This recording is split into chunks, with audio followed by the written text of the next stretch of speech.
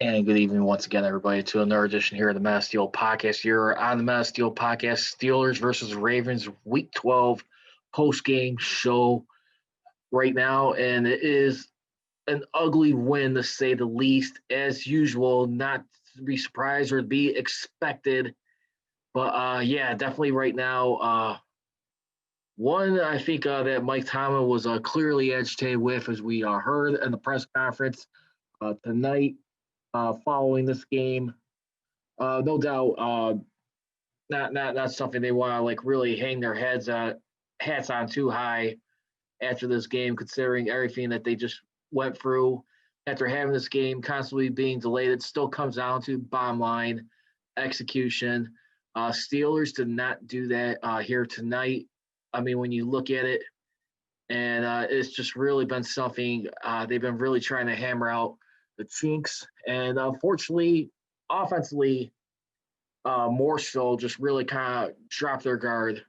I mean, a little bit at times. And I just think the run defense, too, tonight, you could also say one of the things that stood out here in this game, where, I mean, you just really got to start looking and start looking around a lot of questions right now.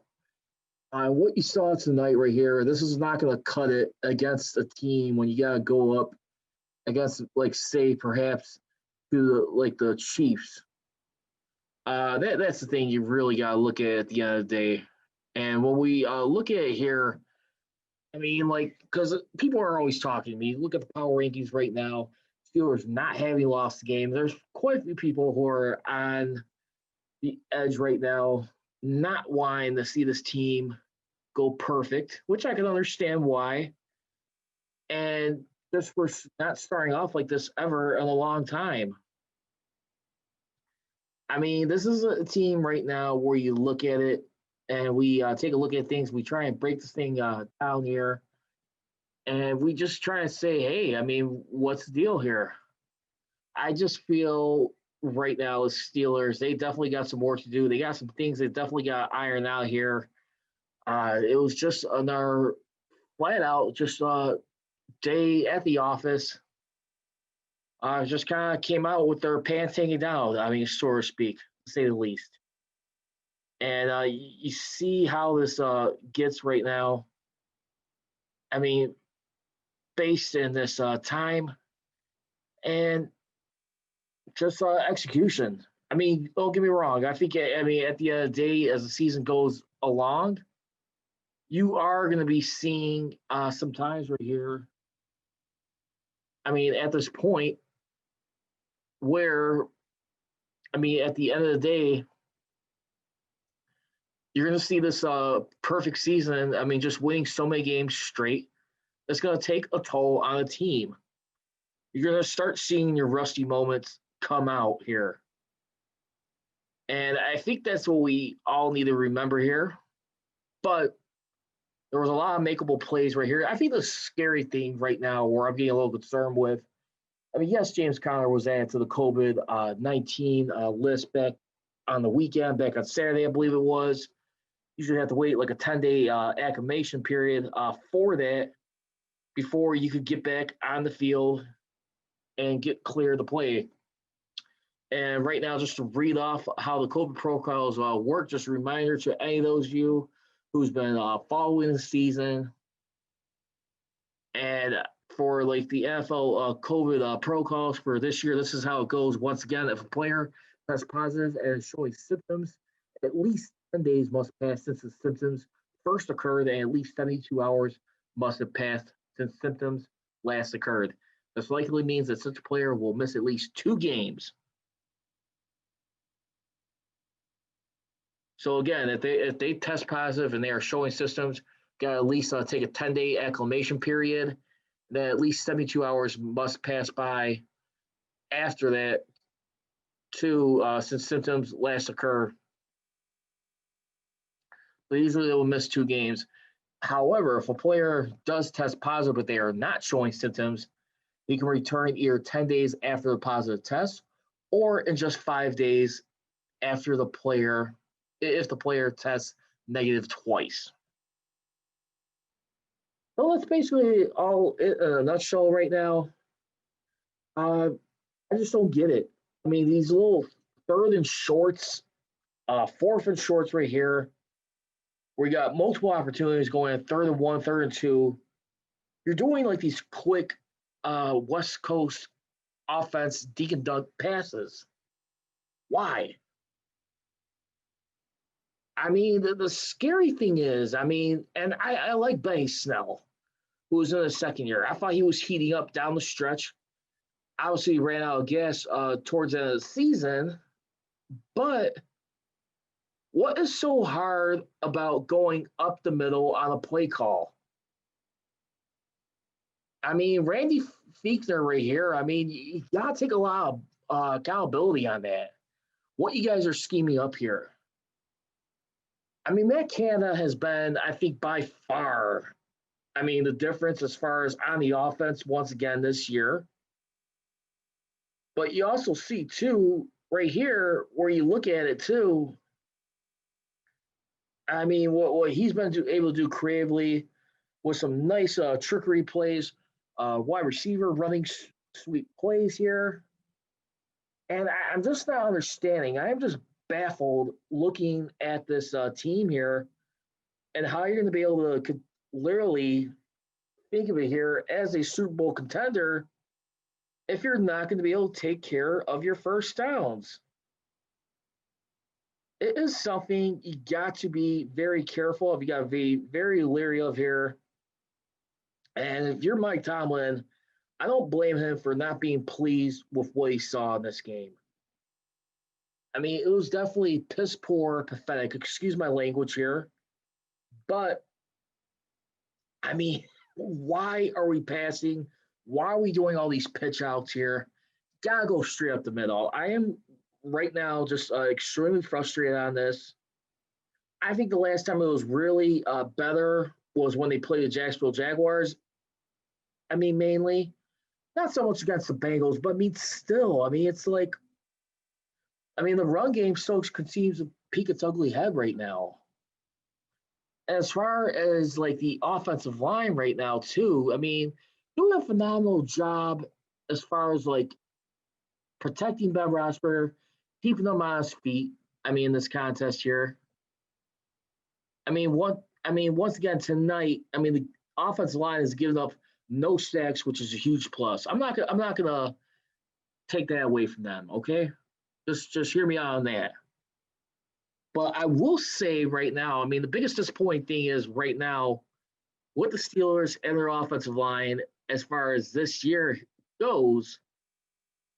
I mean, for this season here, ranked 30th in the run game, 30th going to this game. I mean, and last year they were 29th. So, and then of course, 2018, the first year without Le'Veon Bell, 31st. So 3 straight years, average of at least 30, opening up some holes in the run game. That is really bothersome at this point. And at the same time, too, I mean, despite Le'Veon Bell being gone, too, I mean, you look at everything else on here, and you really start to take a hard look, too, at the running back coach, hey, Falker, what the heck is he doing here? Again, if you guys want to follow me on social media, you can definitely do so on Twitter and Instagram at Prodigy Richey. For the Men of Steel podcast on Twitter, it is at Men of Steel Nation. I mean, at Men of Steel CJR on Twitter and at Men of Steel Nation on Facebook and Instagram. Got a whole lot to get into right now on this edition here of the Men of Steel podcast. As we look back on it, it's a sloppy day at the office, to say the least, right now.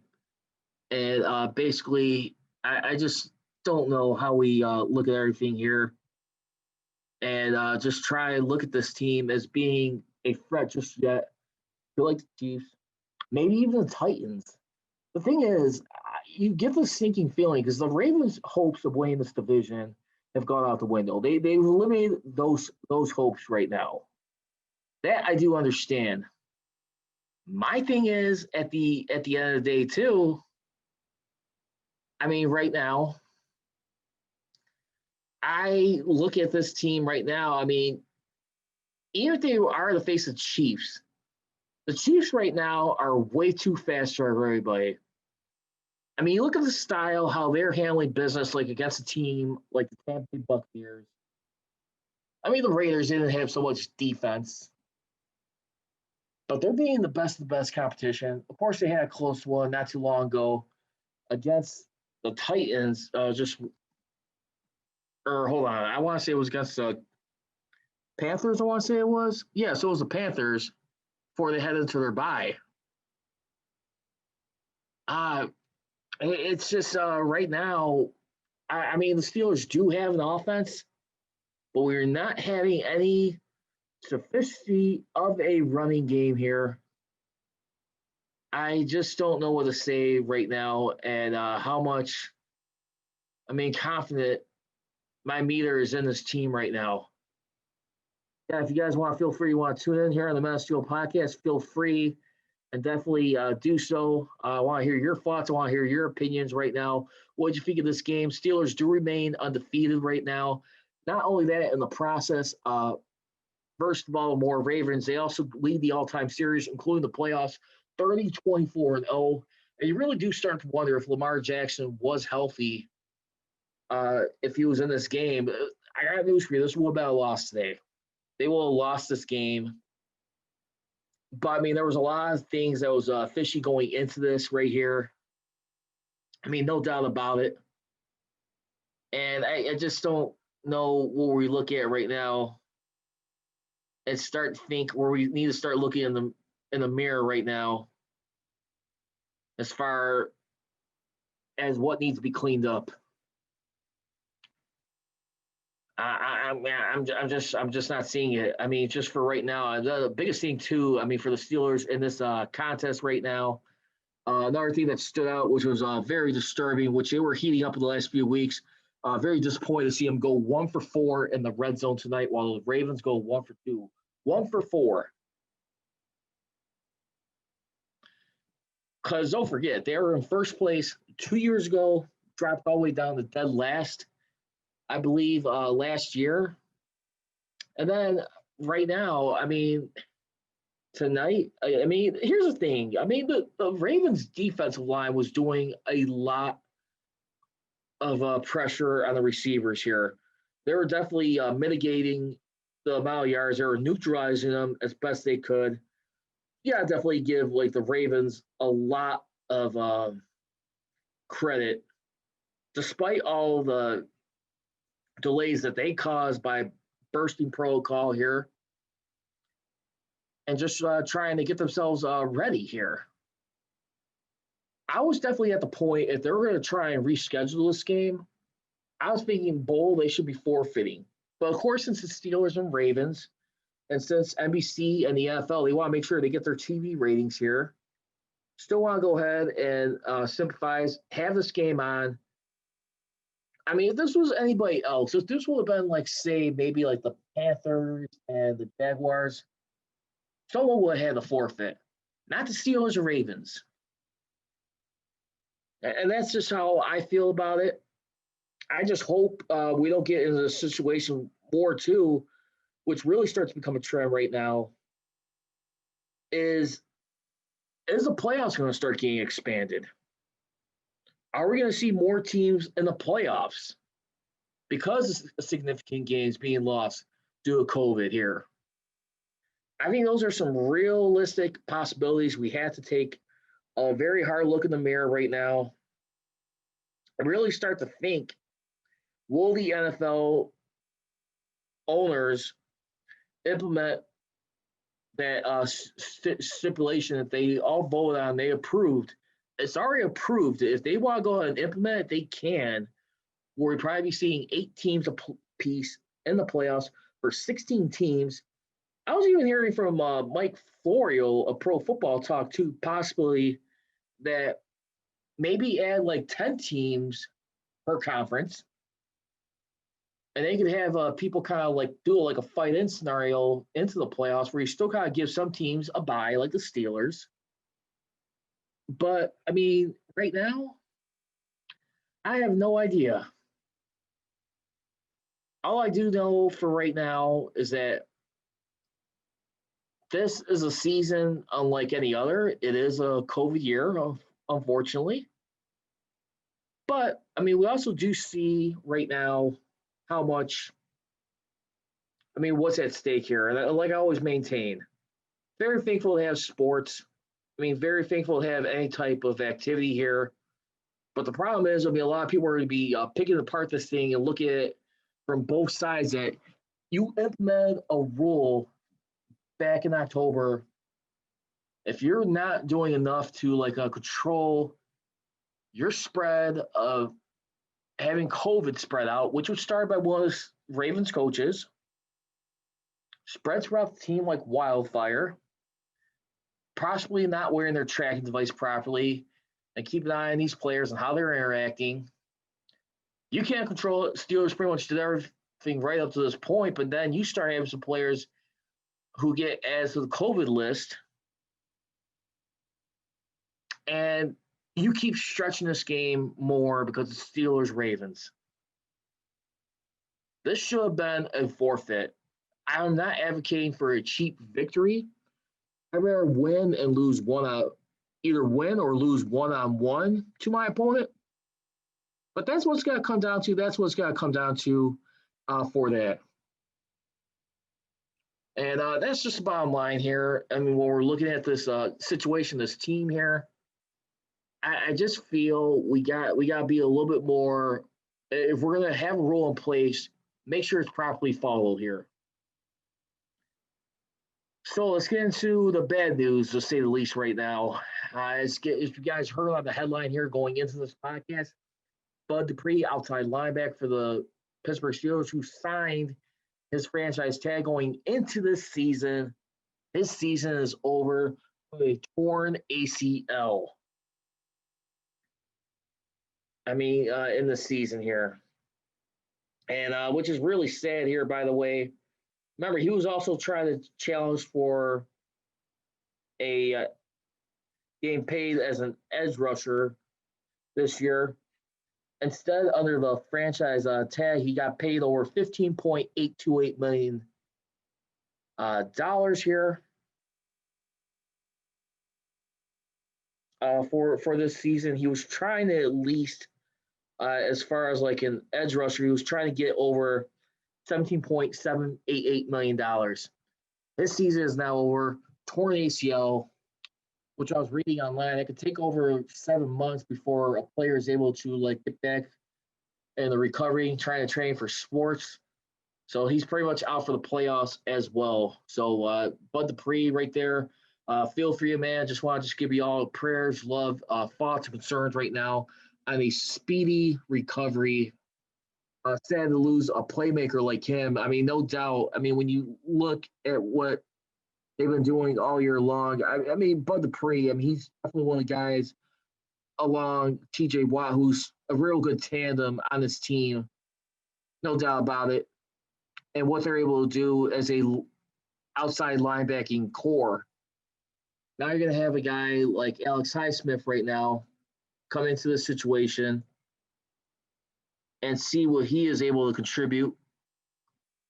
Alex Highsmith, who comes out of the University of Charlotte right now, see how he does here. I mean, as far as in his college sacks, he had career high 15 in his senior year in 13 games. He was able to have 75 total tackles, 21 and a half tackles for loss right there. So, I mean, this guy, I mean, is pretty decent, pretty good. And, yeah, I mean, these are right here, all the stuff we need to look at as far as going forward. You're already without Devin Bush as your inside linebacker. So my other question is, too, how much more are we going to see Avery Williamson fill up his role as far as on the inside linebacker? Because at the end of the day, I mean, what this team continues to do right now, I mean, going forward, you got the Washington football team, you got the Bills, and then you got the Bengals on Monday night. I'm not going to be surprised at that game against the Bengals on Monday night coming up in the next few weeks on December 21st. If that game gets flexed, I'm going to be real honest here. I could definitely see that game being flexed,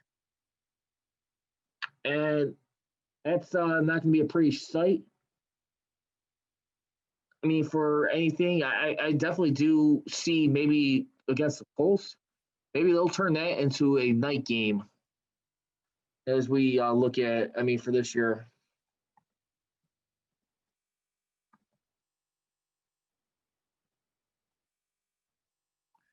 I mean, for this season. Because when we look at the 2020 Sunday night football schedule coming up here, so here's some interesting matchups right here where we look at it. Because in week 16, you're going to be having the Titans and the Packers. Week 15, you'll be having the Niners and Cowboys. So, I mean, I would be really interested on that one.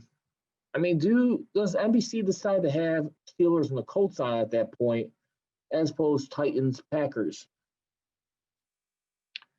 I don't know, but I definitely do feel like the Monday night game, for whatever reason, I just feel that I definitely do feel like that one's going to be rescheduled on a day game. I'm just not feeling the vibe for that one.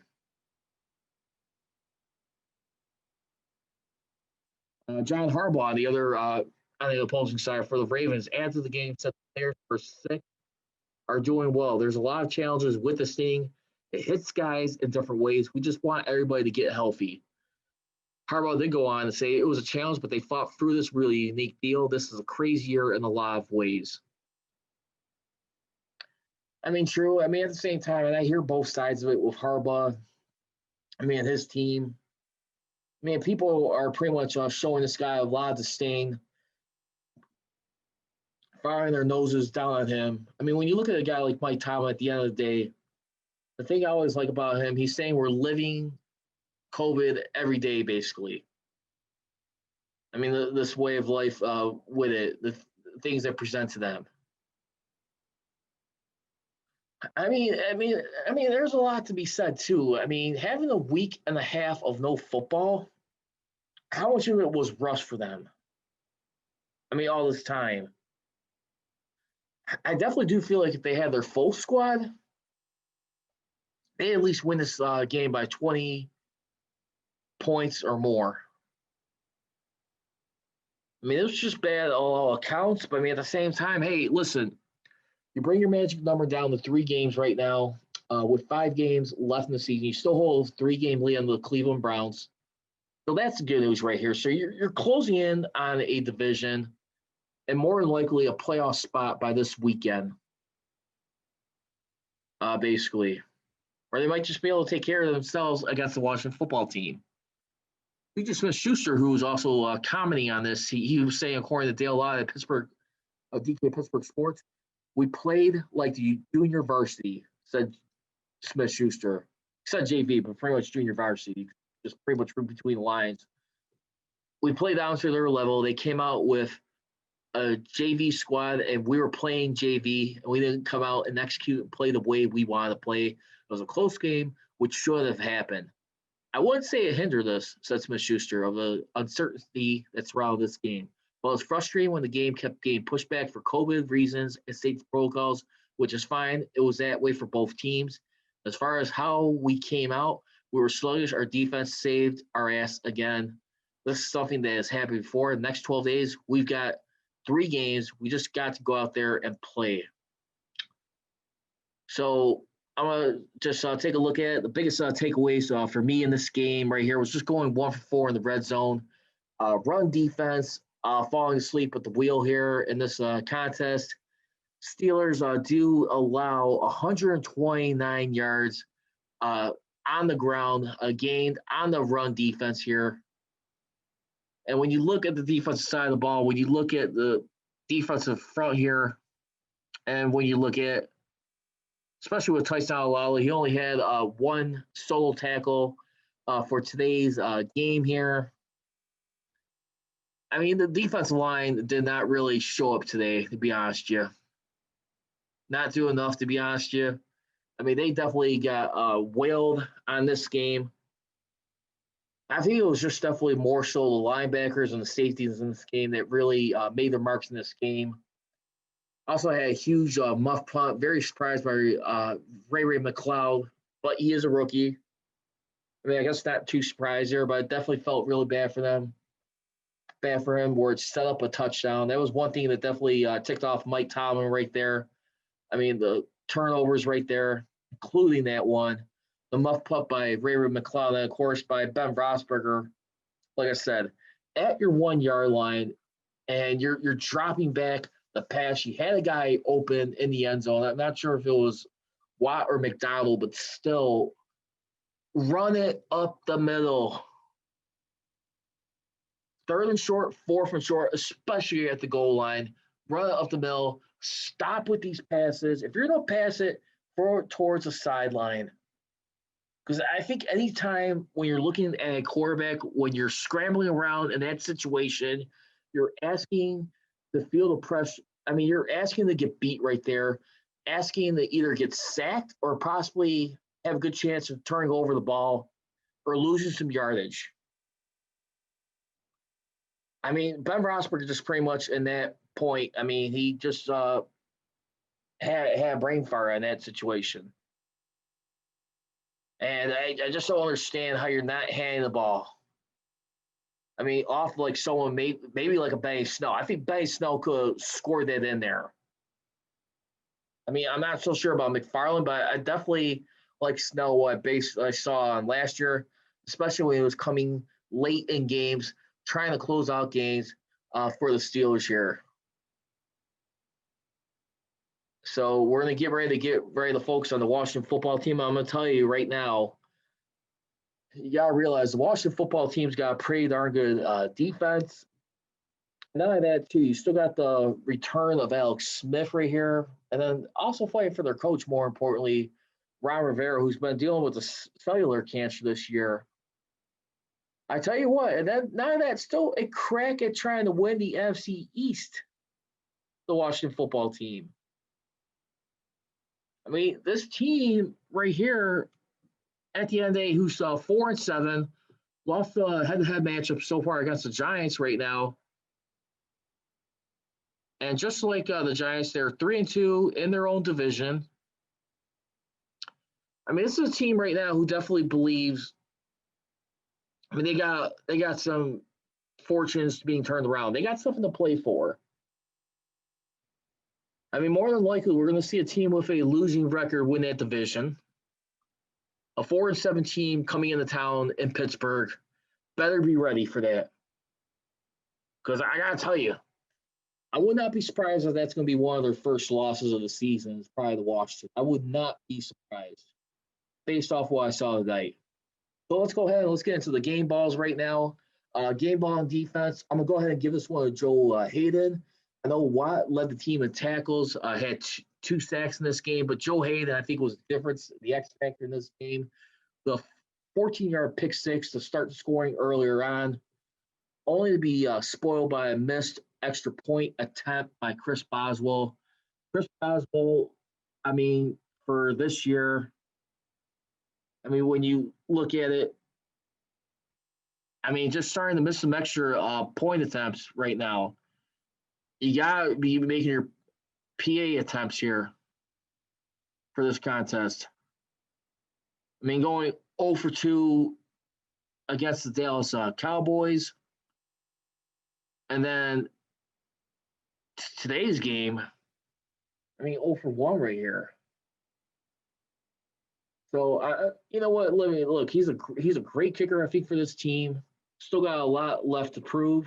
Don't get me wrong, but I'd hate to have it come down to where you're scoring late in games and he's going to start missing some key points. That's going to keep teams alive in games. You got to be very careful about that. So give that to Joe Hayden right there. And then on the offense, Benny Snell, 60 yards off of 18 carries, 3.8 yards per average. I mean, Ben Roethlisberger had a pretty darn good game in his own right, too. I mean, passing, 36 for 51. So he did a phenomenal job right there, I mean, with the ball.